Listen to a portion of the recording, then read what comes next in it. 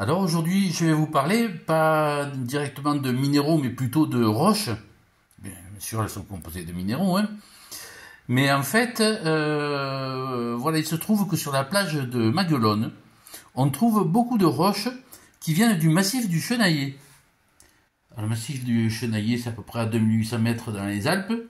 Et par l'intermédiaire de la Durance et du Rhône et des courants marins, on retrouve des galets sur la plage de Maguelone, et un peu plus étendue que ça même, qui proviennent de cet endroit-là. Donc, on trouve des serpentines, comme ces échantillons-là.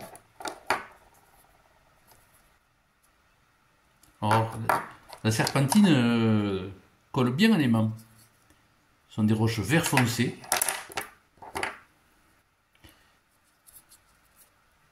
Qui sont issues de péridotite. Alors d'habitude on trouve des petits morceaux comme ça. J'en ai trouvé un énorme. Ça c'est très rare, c'est le seul que j'ai vu de cette taille-là. Habituellement on trouve des tout petits échantillons. Donc ça provient de cette zone-là. Ensuite, provenant de la zone lave en coussin, on trouve quelque chose qui est très connu, qui s'appelle des variolites. Très recherché, très prisé sur les plages de l'Hérault. Et qui sont en fait les zones superficielles des laves en coussin. Elles correspondent à un refroidissement rapide de la lave. Celle-ci qui est un peu bleutée, qui est très jolie.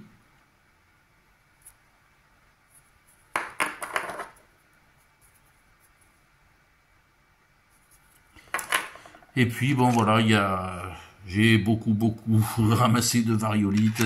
Je me suis amusé à en scier une pour voir un petit peu l'intérieur. Voilà ce que ça donne.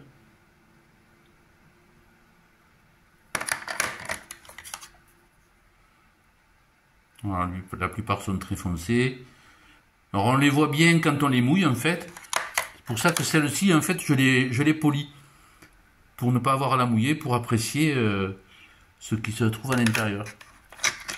On en a parfois des beaucoup plus claires comme celle-là.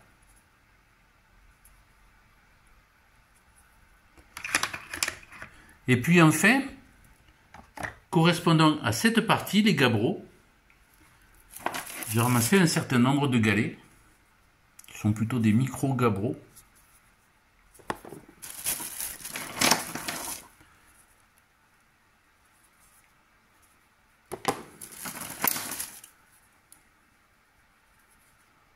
Voilà, vous voyez, il y en a tout un sac.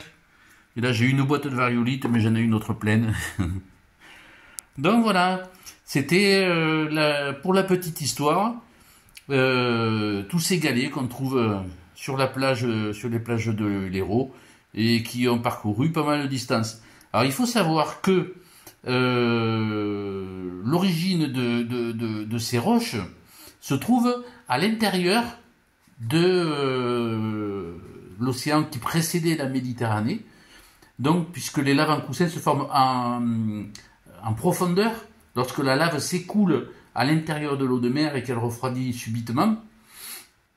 Et par la suite des mouvements tectoniques, ces roches ont été remontées jusque dans les sommets des Alpes, pour après, comme je le disais, redescendre par la Durance, le Rhône et revenir sur nos plages.